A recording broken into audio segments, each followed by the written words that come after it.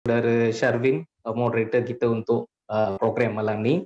Terima kasih juga kepada YB Prabah, salah seorang ahli parlimen muda yang sudi bersama dengan kita malam ni.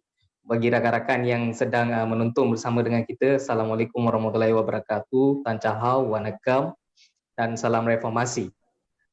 Seperti yang dimaklumkan oleh YB Prabah tadi, hari ini adalah satu hari yang sangat bermakna dan bersejarah untuk kita sama-sama mengangkat perlembagaan persekutuan dan peranan Raja-Raja Melayu, Raja berperlembagaan, di mana kita junjung kasih Tuanku, dan satu keputusan yang adil dan bijak telah diambil oleh Yang di-Pertuan Agong pada hari ini. Baik, balik kepada persoalan. Hari ini topik yang kita bincangkan adalah darurat untuk apa, untuk siapa.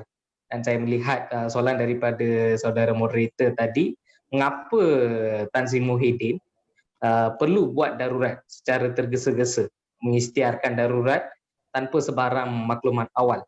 Saya melihat isu ini sebegini. Seringkali kita pernah mendengar bahawa satu istilah di mana Tan Sri Muhyiddin dipanggil sebagai Abah. Dan dalam PRN Sabah juga kita melihat Abah kita, Abah sayang Sabah, macam. Tapi yang saya nampak dalam seminggu ataupun selepas Datuk Seri Anwar Ibrahim mengumumkan bahawa beliau mempunyai sokongan majoriti daripada ahli-ahli parlimen yang boleh dipercayai dan sangat kukuh untuk menubuhkan satu kerajaan yang stabil. Saya melihat Abah ni menggelabak sebenarnya. Ini tindakan mengisytiharkan darurat atau cadangan untuk mengisytiharkan darurat ni adalah satu tindakan menggelabah daripada seorang Perdana Menteri yang gagal menguruskan COVID dan juga gagal menguruskan isu ekonomi negara. Ini dua perkara yang penting. Saya melihat rakyat memang peka dengan dua isu ini. Mereka melihat tindakan kerajaan dalam amalan kerajaan dalam membendung isu penularan COVID ini. Sejak PRN Sabah berlaku, kes-kes COVID ini secara naik secara mendadak. Dan isu pokoknya adalah bila kerajaan itu sendiri ataupun mereka yang selalu duduk dan mengingatkan rakyat supaya mematuhi SOP, perlu buat sekian-sekian ataupun rakyat akan didenda dan sebagainya, menghukum rakyat dengan pelbagai hukuman undang-undang dan sebagainya. Mereka sendiri gagal mematuhi SOP bila ada satu menteri yang balik daripada Turki yang gagal mengikuti prosedur kuarantin. Beliau masuk parlimen juga. Nasib baik tak ada ahli-ahli parlimen yang kenalah. Tapi mungkin selepas itu PRN Sabah apa semua, kita mendapati ada menteri juga yang menjadi mangsa kes COVID ini. Dan ini kerajaan perlu mengakui bahawa mereka tidak mematuhi SOP yang mereka sendiri buat. Mereka sanggup melanggar SOP ini dan mereka membuat adjustment mengikut sesuka hati mereka demi mempertahankan ahli-ahli parlimen ataupun menteri kabinet yang bersama dengan mereka supaya mereka ini kekal berkuasa. Ini isu pertama yang timbul, di mana rakyat mula memerhatikan dan menilai peranan kerajaan ini. Selepas itu, bila kita tengok satu lagi isu yang berkait rapat dengan ekonomi adalah moratorium. Bila rakyat desak untuk melaksanakan moratorium, kerajaan ini seolah-olah tak dengar. Dia memang buat tak tahulah, bagi mereka lebih penting untuk memikirkan bagaimana mereka boleh mengekalkan sokongan ahli-ahli parlimen. Malah kerajaan juga telah hilang arah sehingga mereka gagal dalam pengawalan kes COVID. Kes COVID juga menaik secara mendadak. Dalam isu ni saya melihat dua karakter selain Tan Sri Muhyiddin yang membawa cadangan darurat ini. Darurat ini timbul bila kerajaan itu secara jelas hilang majoriti. Malah kita dapat melihat beberapa ahli parlimen termasuk Zahid Hamidi, Datuk Seri Najib sendiri, Tan Sri Tengku Razali Hamzah, beberapa ahli parlimen lagi. Saya rasa Tengku Razali juga telah menghantar usul undi tidak percaya terhadap Tan Sri Muhyiddin. Bila perkara ini berlaku, ianya jelas menunjukkan bahawa kerajaan yang ada hari ini bukanlah satu kerajaan yang legitimate. Dia sudah hilang dia punya legitimasi. Dan Tan Sri Muhyiddin perlu mengakui bahawa beliau sudah pun hilang majoriti sokongan ahli-ahli parlimen. Bukan dalam minggu ini saja, sebelum ini pun saya rasa sejak pengumuman daripada Datuk Seri Anwar Ibrahim, saya rasa Muhyiddin Yassin dia sedar bahawa dia telah pun hilang sokongan majoriti ahli-ahli parlimen. Tapi beliau enggan meletakkan jawatan. Bila masa kita melihat pada bulan Februari, masa Kerajaan Pakatan Harapan jatuh, Tun Dr. Mahathir meletakkan jawatan dengan alasan bahawa walaupun parti beliau telah pun keluar daripada Pakatan Harapan, beliau menggunakan alasan beliau meletakkan jawatan oleh kerana telah hilang majoriti. Tapi bila perkara yang sama berlaku kepada Tan Sri Muhyiddin Yassin, beliau enggan meletakkan jawatan, malah mereka merancang beberapa perkara. Dan kita telah menyaksikan drama politik selama 2 minggu ini di mana ada surat sokongan ataupun surat daripada ketua-ketua parti yang dihantar ke istana dibocorkan. Saya pun tidak pasti siapa pihak yang bocorkan surat ini yang sanggup seolah-olah mencemarkan kredibiliti istana. Mereka sanggup memasang dan mendapatkan surat daripada istana.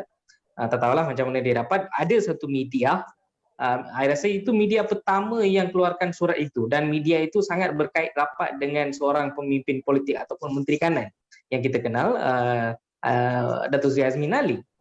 Bila media itu yang pertama memprovokasi dan keluarkan surat dan sebagainya, kita dapat melihat beberapa adegan drama politik di mana Zahid Hamidi terpaksa mengeluarkan satu lagi kenyataan, kononnya menyokong kepada pimpinan Tan Sri Muhyiddin Yassin, walaupun beliau umumkan gencatan politik, tapi saya rasa itu bukan satu gencatan politik yang ikhlas. Kita masih melihat ada beberapa kepincangan dalam kenyataan itu sendiri.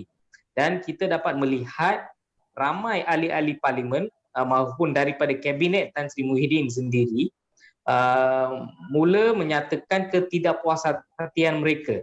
Ini kerana kegagalan Tan Sri Muhyiddin Yassin sendiri untuk menguruskan dan mentadbir negara dengan baik, dan beliau seringkali kata beliau tidak berpolitik, tapi malangnya beliau hanya berlakon di depan TV dan hanya berpolitik. Beliau menyusun langkah melalui Hamzah Zainuddin dan juga Azmin Ali.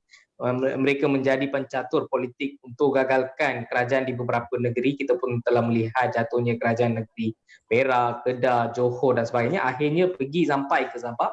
Bila jatuh di Sabah, mereka membuat PRN. Selepas buat PRN pula, mereka mendapati kerajaan persekutuan mereka sendiri itu sangat rapuh, tidak mempunyai sokongan.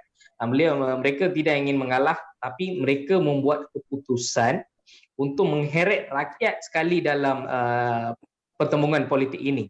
Mereka seharusnya bila mendapati hilang majoriti, mereka sepatutnya menghadap yang di-Pertuan Agong dan mengakui bahawa mereka telah menghilang sokongan majoriti, dan Tan Sri Muhyiddin Yassin letak jawatan begitu saja. Ianya tidak rumit, dan peralihan kuasa itu boleh berlaku secara lancar.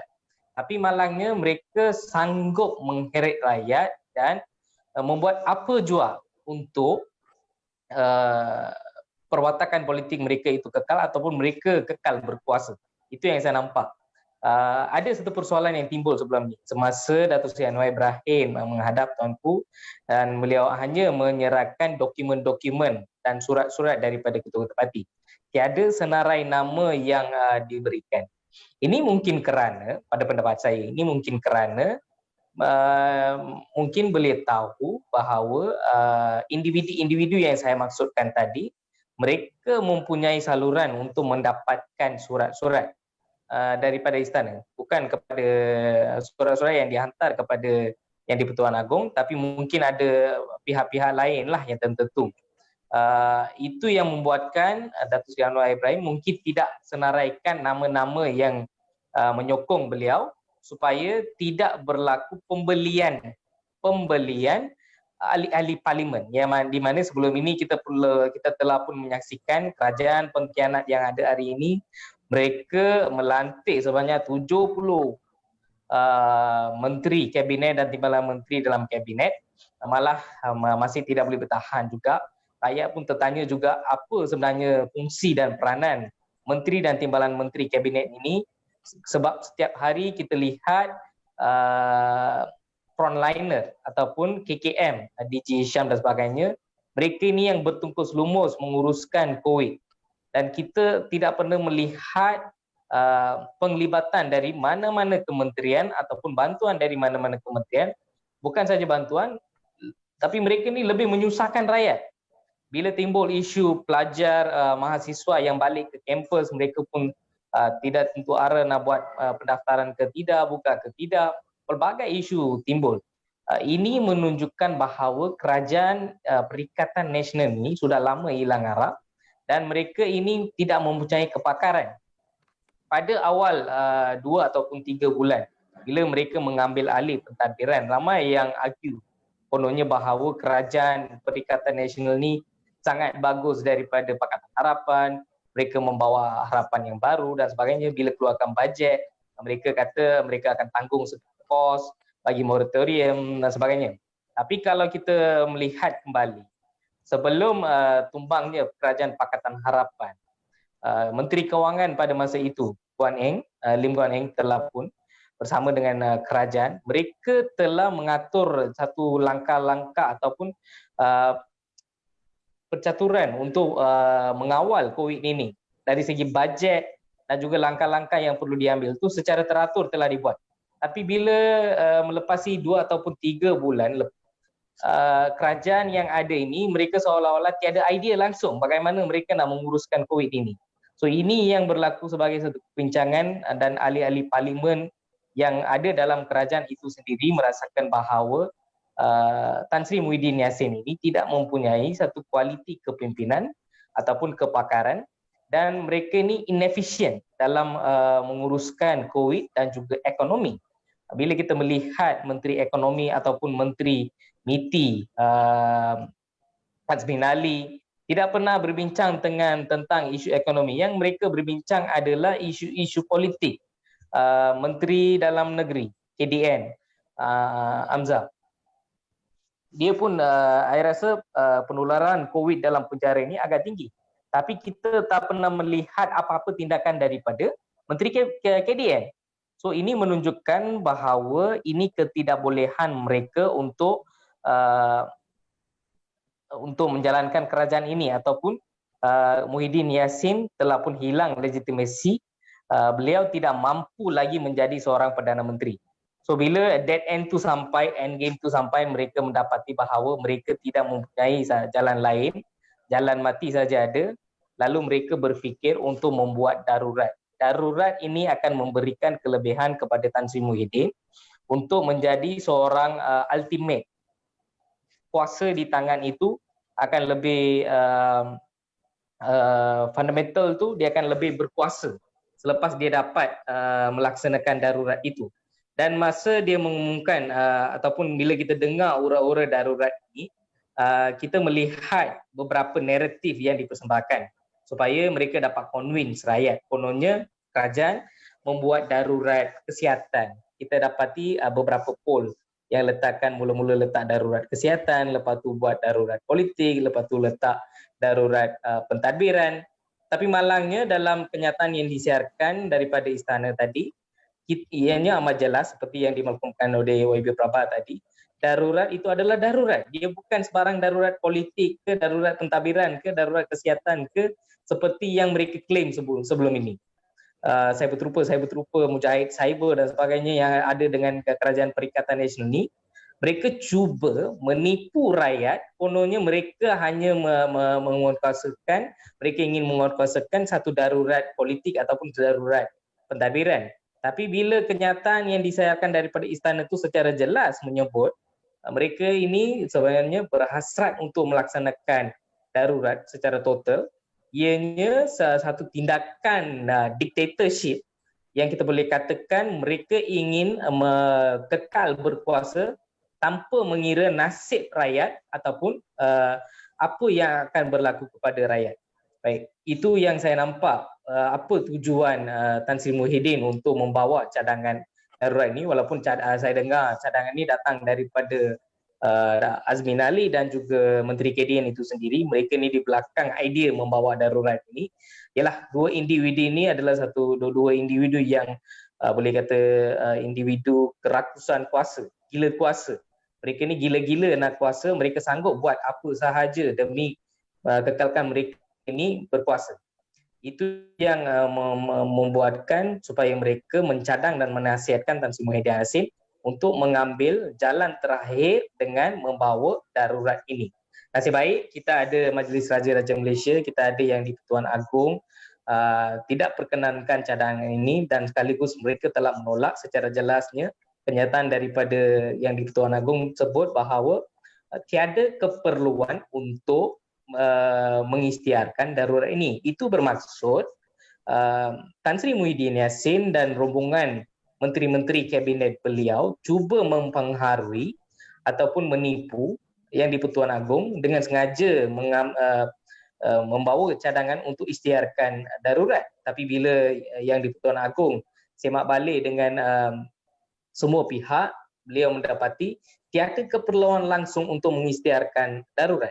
So apa motif Tan Sri Muhyiddin untuk mengisytiharkan darurat? Satu sahaja, beliau sanggup berbuat apa sahaja untuk kekal berkuasa. Itu pertama. Yang kedua, sekiranya darurat ini dilaksanakan, apa akan berlaku? Yang kita saksikan sekarang, ramai yang hilang kerja. MAS, Malaysian Airlines telah pun mengambil langkah-langkah untuk menutup operasi. Ramai yang dah dapat, staf-staf daripada MAS dah dapat VSS. Banyak lagi syarikat-syarikat international yang sedang gulung tikar. AirAsia pun hampir gulung tikar. Nasib baik dapat loan, kalau tak salah saya. Bukan semua syarikat boleh dapat. So ramai yang hilang kerja, ramai yang hilang pendapatan. Penularan kes COVID juga tidak dapat dikawal daripada 2 angka sampai ke 3 angka, 3 angka sampai ke 4 angka. Tapi bila rakyat biasa, rakyat mahain, tak pakai pelitup muka ataupun bawa kereta 2-3 orang dalam kereta, mereka kena saman, mereka kena penjara. Tapi bila golongan menteri, mereka ni naik kereta pun tak kena apa, tak kuarantin pun tak kena apa, sampai no further action, tiada tindakan selanjutnya. So kerajaan seringkali kata mereka bukan satu kerajaan yang mengamalkan undang-undang double standard, tapi rakyat mendapati kerajaan ini adalah satu kerajaan yang double standard, bukan sekadar double standard, satu kerajaan yang menipu rakyat dan juga sanggup meletakkan risiko itu atas rakyat demi mereka kekal berkuasa. So sekiranya darurat ini berlaku, ramai dari antara kita akan hilang kerja. Semak imbang di parlimen itu tergantung, pelaksanaan undang-undang boleh dibuat sewenang-wenangnya, bajet kerajaan ataupun duit rakyat boleh dibelanjakan sewenang-wenangnya. Kita tiada satu sistem untuk mengawal kuasa Perdana Menteri. Dan seolah-olah kita akan menjadi satu negara yang mundur dan tidak dapat maju ke hadapan. Dan ekonomi kita akan mati. Itu secara ringkas yang saya boleh sebutkanlah. Terima kasih.